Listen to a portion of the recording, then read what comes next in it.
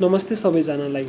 बाबुलाई चाहिँ उसको मामुले बङ्गारातिर दारा आयो भनेर आतिएर लिएर आउनुभएको थियो र हामीले हेर्दाखेरि चाहिँ बाबुको बङ्गाराको साइडतिर अहिले दाँत आउँदैछ।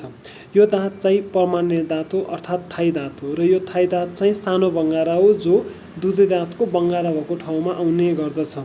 सबै दाँतको आफ्नो आफ्नो आउने उमेर हुन्छ। त्यसै गरी बाबु चाहिँ 11 वर्ष भइसकेको हुनाले उसको पछाडिपट्टि चाहिँ यो सानो बङ्गारा अहिले आइरहेको छ।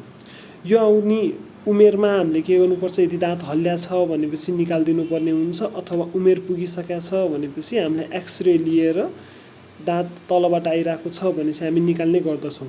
यदि दाँतलाई समयमा निकालिएन भनेपछि यसै गरी दाँत या त बाहिरबाट अथवा गिजाको भित्रपट्टिबाट छेडेर आउने गर्दछ जसलाई हामीले के भन्छौँ, दारा आयो भन्छौँ। र उसको उमेर पनि पुगिसकेको र थाई दाँत चाहिँ बाहिरबाट देखिसकेको छ, आइरहेको हुनाले हामीले उसको दाँतलाई चाहिँ दुधे दाँतलाई निकाल्ने प्लान बनायौँ र निकालिदियौँ। र निकाल्ने कसरी निकालिरहेछौँ यसको भिडियो पनि मैले हजुरलाई देखाइरहेको छु।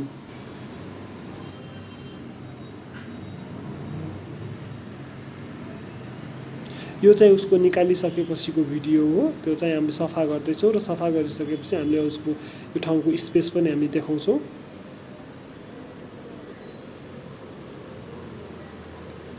र अब चाहिँ त्यो दाँत जो दाँत हामीले निकाल्यो त्यो दाँतको एउटा सानो भिडियो यो चाहिँ।